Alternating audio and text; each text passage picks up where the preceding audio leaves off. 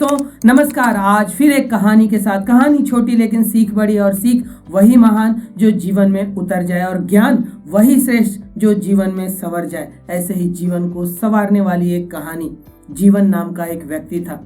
अपने जीवन में वह बहुत मेहनत कर रहा था, सब कुछ पाना चाहता था, आईएएस की तैयारी कर रहा था, सब कुछ कर रहा था। उसे एक युवती से प्रेम था, वह उससे विवाह भी करना चाह रहा था, लेकिन उसके जीवन में मन मुताबिक चीजें नहीं हो रही थी, और एक औसत जीवन जीकर वह इस मृत्यु लोक को छोड़ चला जाता है। जीवन भर उसने नेक काम किए होते हैं, उसकी विचारधारा सही होती है, वह सही सोच वाला व्यक्ति होता है, और कर्म भी उसके अच्छे होते हैं, जिसके कारण उसे स्वर्ग भेजा जाता है। अब जब देवदूत उसके सभी कर्मों का निराकरण होने पर कि उसे स्वर्ग मिलेगा या नरक, तो उसे स्वर्ग दिया गया। देवदूत जब उसे स्वर्ग पर ले जा रहा था, तो स्वर्ग पर प्रवेश करते ही यह जीवन नामक व्यक्ति आह्लादित हो चुका। वहां की दिव्यता देखकर, वहां की भव्यता देखकर, वहां के दिव्य सुगंध को देखकर वह मन ही मन बहुत प्रसन्न हो रहा था, और उसने देवदूत से प्रश्न किया कि क्या मैं यहाँ रहूंगा, क्या मुझे यहाँ रहने के लिए भेजा जा रहा है। तब देवदूत हामी में सर हिलाता है और कहता है कि बेशक, और यहाँ आपका एक निवास स्थल भी होगा। कुछ दूर चलने पर ही एक भवन दिखाई देता है, भवन भी दिव्य, जिसके बाहर जीवन भवन लिखाया होता है उसके नाम पर ही। जब उस घर में प्रवेश किया जाता है, तो उस घर पर सारी शानो शौकत की चीजें, सारी भव्यता की चीजें उपलब्ध होती हैं, और यह देवदूत एक एक चीजों का वर्णन, वहाँ जो बगीचा होते हैं, सुंदर सुंदर पुष्प होते हैं, अच्छे अच्छे वृक्ष होते हैं, फलदार वृक्ष लगे होते हैं, सबकी व्याख्या करता है, और फिर उसे उस भवन के भीतर प्रविष्ट कराता है। और एक एक रूम, शयन कक्ष, उसका पूजा रूम, उसका हर एक रूम को वह दिखाता चला जाता है। सबसे अंतिम में जब उस भवन के एक रूम के सामने लिखाया होता है इच्छा भवन, तब यह जो जीवन नामक व्यक्ति है वह देवदूत से प्रश्न करता है कि यह इच्छा भवन क्या है। तब यह देवदूत कहता है कि आइए मैं आपको यहाँ पर दिखाता हूँ, और उसे उस इच्छा भवन के भीतर ले जाता है। जब इच्छा भवन के भीतर प्रविष्ट होते हैं, तब वहाँ दो खंड बने होते हैं उसी एक कक्ष में। एक तरफ नकारात्मक इच्छाएं होती हैं और एक तरफ सकारात्मक इच्छाएं होती हैं। नकारात्मक इच्छाओं की तरफ बहुत ही कम प्रतिरूप मूर्ति के रूप में रखे होते हैं, जबकि सकारात्मक जो खंड था, सकारात्मक इच्छाओं वाला जो खंड था, वहां पर बहुत सारे प्रतिरूप रखे थे। वह जो आईएएस ऑफिसर बनना चाहता था, उसकी एक मूर्ति, जिस युवती से इसे प्रेम था, जिससे वह विवाह नहीं कर पाया, उस युवती की सुंदर सी मूर्ति। इस प्रकार वह जीवन में जिस प्रकार का भवन चाहता था, जिस प्रकार की कार चाहता था, जिस प्रकार का वह जीवन में इच्छाएं थी उसकी, सब का प्रतिरूप वहां पर रखा हुआ था। वह समझ नहीं पाता और देवदूत से पूछता है कि यह क्या है। नकारात्मक इच्छाओं की तरफ तो कुछ ही इच्छाएं के रूप प्रतिरूप है, और जिधर सकारात्मक इच्छाएं हैं उधर प्रतिरूप ही प्रतिरूप है, और यह सभी प्रतिरूप वही है जिसे मैंने जीवन में चाहा था। यह सब क्या है, कृपया देवदूत मुझे बताएं। तब देवदूत समझाता है कि यह जो नकारात्मक इच्छाएं हैं, यह तुम्हारे जीवन में, तुमने जो नकारात्मक इच्छाएं अपने जीवन में लाई, नकारात्मक इच्छाओं की गुण यह है या अवगुण यह है कि वह जीवन में तुरंत घटित होता है। याद है तुम्हें, तुम एक बाबा से मिले थे, और उस बाबा ने तुम्हारी कुंडली को देखकर तुम्हें डराने की कोशिश की कि इतने महीने बाद तुम गंभीर रूप से बीमार पड़ जाओगे, या इतने दिन बाद तुम्हें यह समस्या आएगी, और तुम्हें वह समस्या आई। तुम गंभीर रूप से बीमार भी पड़े, क्योंकि तुमने उन नकली बाबा, ढोंगी बाबा की उस नकारात्मक बात पर विश्वास कर लिया। तो इस नकारात्मक खंड में इतनी कम प्रतिरूप इसीलिए हैं क्योंकि नकारात्मक चीजों पर विश्वास तुरंत होता है, जिससे वह तुम्हारे जीवन में तुरंत ही घटित होने लगा। लेकिन यह जो सकारात्मक इच्छाएं हैं, तुमने आईएएस ऑफिसर बनना चाहा, तुमने उसके लिए मेहनत भी की, लेकिन एग्जाम के परीक्षा के कुछ दिन ही पूर्व तुम अपने मित्रों के साथ घूमने चले गए, तुम अपने मित्रों के साथ कई बार सिनेमा हॉल चले गए, तुमने अपना बहुत समय टीवी के सामने गुजारा, तुमने अपना बहुत समय सिनेमा को देखने में बिताया, जिससे तुम्हारा यह स्वप्न धरा का धरा रह गया। तुम जिस युवती से प्रेम करते थे, तुम सच्चा प्रेम भी नहीं कर पाए। प्रेम में तो समर्पण करना होता है, तुम वहां पर बुद्धि लगाते रह गए।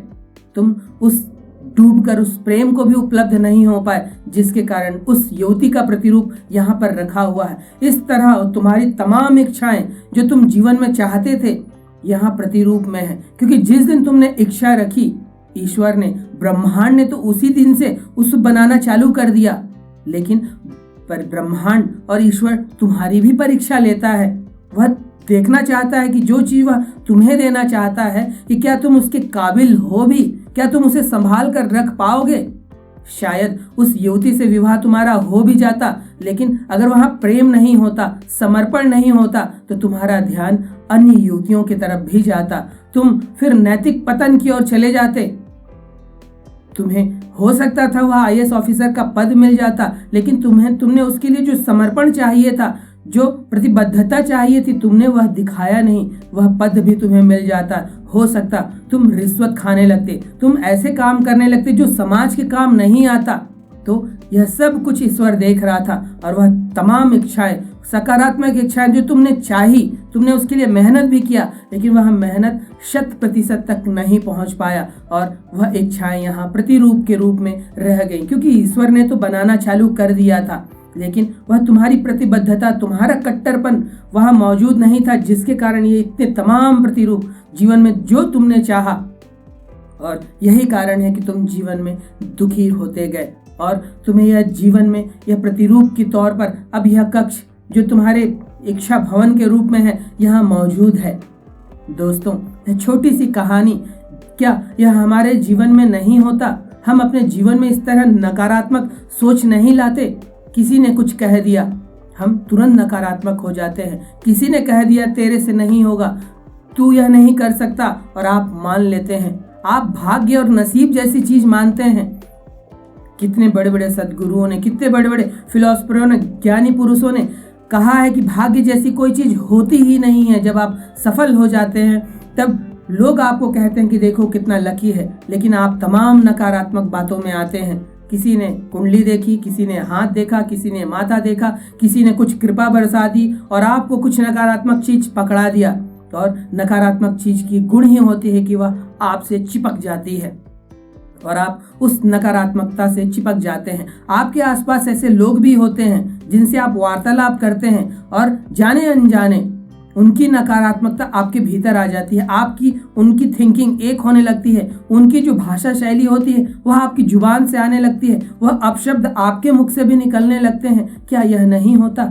फिर हम जीवन में चाहते तो बहुत कुछ है। हम भी चाहते हैं अच्छा पद, एक सफल जीवन, एक अमीर जीवन, सुंदर युवती या सुंदर पुरुष, हमारा दाम्पत्य जीवन बहुत अच्छा हो। हम बहुत कुछ इच्छाएं रखते हैं, लेकिन उस इच्छाओं में समर्पण नहीं होता, उस इच्छाओं में कट्टरपन नहीं होता।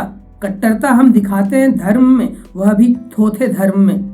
उस धर्म के लिए हम लड़ने झगड़ने को तैयार रहते हैं, लेकिन जब बात अपने जीवन की आती है तो वहाँ कट्टरता दिखाई नहीं होती। और सफल लोग जो भी होते हैं, अपने आसपास, अपने देश विदेश लेवल पर देखिए, जो भी लोग सफल हुए हैं उनमें एक ही सफलता का, अपने सपनों को साकार करने का एक ही गुण है, और वह है उनकी दृढ़ता। करना है मतलब करना है। वे ये नहीं बहाना बनाते कि आज सर्दी है, कि बुखार है, कि आज ठंड है, कि आज गर्मी है। उन्हें मालूम है मुझे यह करना है, और उनका यही समर्पण, उनकी यही दृढ़ता, उनका यही कट्टरपन उन्हें सफल बनाता है। तो अपने सपनों को साकार करना चाहते हैं तो जीवन में जिस ढंग से भी आपको जो राह मिली है उसके प्रति कट्टर हो जाइए। जीवन का जो भी आपका उद्देश्य है उसके लिए कट्टर हो जाइए। फिर कोई भी बहाना मत करिए। करना है मतलब करना है, और यही तरीका है सपनों को साकार करने का। वरना आपकी इच्छाएं उसी इच्छा भवन में प्रतिरूप के रूप में रह जाएंगी, और आप जीवन में एक असफल व्यक्ति का ठप्पा लगाकर इस पृथ्वी लोक से चले जाएंगे। और आज का जीवन तो ऐसा है कि अच्छे कर्म लोगों से होते नहीं हैं। पीठ पीछे चुगली होती है, बुराई होती है, बुरे बुरे कर्म में लिप्त होते हैं। फिर पता नहीं स्वर्ग मिले या ना मिले। कौन जानता है कि स्वर्ग क्या है? यह तो मरकर ही पता चलेगा। तो मरने से पहले आपका जीवन अपने सपनों को साकार करने के लिए हुआ है। हर कोई व्यक्ति अपने सपनों को साकार करने के लिए ही पैदा हुआ है। अपने जीवन के उद्देश्य को समझिए और उसके प्रति प्रतिबद्ध हो जाइए, कट्टर हो जाइए, उसे अपना धर्म बना लीजिए। तब देखिए कैसे आपके सारे सपने साकार होते हैं।